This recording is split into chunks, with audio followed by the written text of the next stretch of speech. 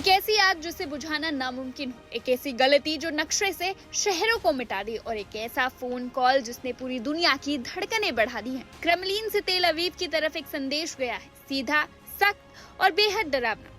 संदेश है, ये खतरनाक खेल है, इसे अभी रोकिए वरना अंजाम एक महाविनाश होगा। आज बात उस बारूद के ढेर की जिस पर पूरी दुनिया बैठी है। ईरान का दक्षिण पश्चिमी तट, बुशेर न्यूक्लियर पावर प्लांट। यहाँ रूस के बनाए रिएक्टरों में बिजली नहीं बल्कि मौत का खतरा मंडरा रहा है। हाल ही में इजराइल के हवाई हमलों ने इस प्लांट की दीवारों को हिला कर रख दिया है। खबर है कि हमला रूसी विशेषज्ञों के इतने करीब हुआ कि मॉस्को का पारा 7वें आसमान पर पहुंच गया। क्रेमलिन ने बिना लाग लपेट के इजराइल को चेतावनी दी है, आप हमारे लोगों की जान जोखिम में डाल रहे हैं। एक बड़ी परमाणु आपदा का न्योता है। मामला कितना गंभीर है इसका अंदाजा इस बात से लगाइए कि रूस ने अपने 600 से लेकर 500 से एक्सपर्ट्स को रातों रात वहां से निकाल लिया है। अब वहां सिर्फ 20 लोग बचे हैं जो इस परमाणु बम जैसे प्लांट की निगरानी कर रहे हैं। International atomic energy agency IAEA के प्रमुख राफेल ग्रॉसी ने भी पुष्टि की है कि प्लांट के पास एक महीने में 4 धमाके हुए हैं। एक हमले में तो ईरानी गार्ड की मौत तक हो गई। रूस का कहना है कि इजराइल अब रेड लाइन क्रॉस कर रहा है। सोचिए, अगर एक भी मिसाइल गलती से एक्टिव रिएक्टर से टकरा गई तो क्या होगा। चेरनोबिल और फुकुशिमा जैसी तबाही मिडिल ईस्ट के दरवाजे पर खड़ी होगी। रूस ने साफ कह दिया है कि ये सिर्फ युद्ध नहीं बल्कि उनके और इजराइल के रिश्तों का अंत हो सकता है। फिलहाल इजराइल ने अपने कदम पीछे खींच लिए हैं, लेकिन सवाल वही है, क्या ये शांति सिर्फ तूफान से पहले की खामोशी? जरा देखिए इस रिपोर्ट में।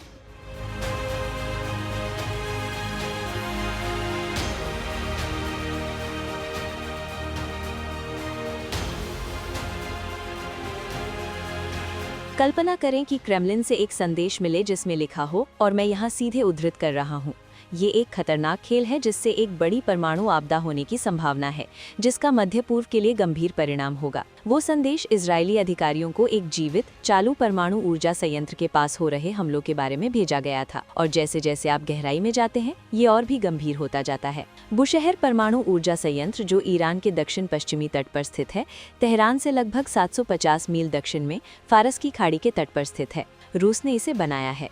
रूस आंशिक रूप से इसे संचालित करता है और बहुत हाल तक लगभग 600 रूसी परमाणु विशेषज्ञ और नागरिक कर्मचारी इसके अंदर रह रहे थे और काम कर रहे थे। अब अमेरिकी और इजरायली हवाई हमले उस क्षेत्र में बार बार लक्ष्यों को निशाना बना रहे हैं, और कथित तौर पर कम से कम एक हमला स्थल पर रूसी कर्मियों के बहुत करीब हुआ। इतना करीब कि क्रेमलिन ने तय किया कि ये फोन उठाने और इजरायल को बहुत सीधा, बहुत गंभीर संदेश देने का समय है। इजरायल के चैनल 12 के अनुसार रूस के विदेश मंत्रालय और इजरायल में रूसी दूतावास दोनों ने पिछले हफ्तों में इसी तत्काल संदेश के साथ बार बार इजरायली अधिकारियों से संपर्क किया। बुशहर के पास के हमलों से रूसी विशेषज्ञों, रूसी नागरिकों, उन लोगों को खतरा था जिन्हें मॉस्को उस सुविधा में अपना नागरिक मानता है जिसे मॉस्को ने बनाने में मदद की थी। एक क्रेमलिन अधिकारी ने कथित तौर पर एक इजरायली समकक्ष को एक संदेश भेजा जिसमें कोई संकोच नहीं किया गया, आप हमारे लोगों को खतरे में डाल रहे हैं। ये एक खतरनाक खेल है जिससे एक बड़ी परमाणु आपदा होने की संभावना है, जिसका मध्य पूर्व के लिए गंभीर परिणाम होगा। हम आपसे इसे रोकने का आह्वान करते हैं।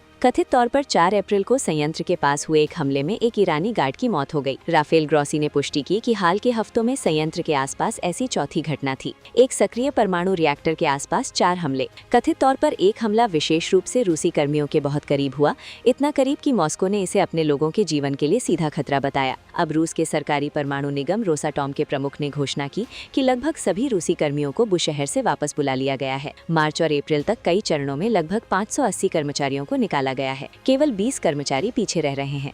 20 लोग उस संयंत्र के उपकरणों पर नजर रखने के लिए, जहां रूस साथ ही साथ 2 और परमाणु रिएक्टर बना रहा है। इस घटना ने पहले से ही जटिल युद्ध में वास्तव में एक नया और खतरनाक मोर्चा खोल दिया है। बुशहर की चेतावनियों ने अब उस रिश्ते में वास्तविक तनाव पैदा कर दिया है। रूस ने स्पष्ट रूप से इजरायल से कहा कि ये हमले द्विपक्षीय संबंधों के लिए खतरा पैदा कर रहे हैं। ये ऐसी भाषा नहीं है जिसे मॉस्को लापरवाही से इस्तेमाल करता है। कोई परमाणु घटना नहीं हुई है, संयंत्र अभी भी काम कर रहा है, विकिरण का स्तर सामान्य है, लेकिन रूस ने अभी एक सक्रिय युद्ध क्षेत्र में एक सक्रिय परमाणु सुविधा से अपने 600 कर्मचारियों में से 580 को निकाल लिया है, और उनके जाने से पहले उन्होंने इजरायल को सीधे तौर पर बताया, आप एक खतरनाक खेल खेल रहे हैं। इजरायल ने बदलाव किया है फिलहाल के लिए। सवाल यह है कि अगर हमले जारी रहे तो क्या होगा, क्योंकि बुशहर के अंदर बचे 20 लोग उन उपकरणों पर नजर रख रहे हैं जो अगर चीजें गलत हुई तो इस युद्ध के हर दूसरे घटनाक्रम को तुलनात्मक रूप से छोटा बना सकते हैं।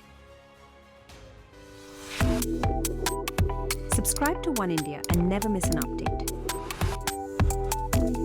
Download the One India app now.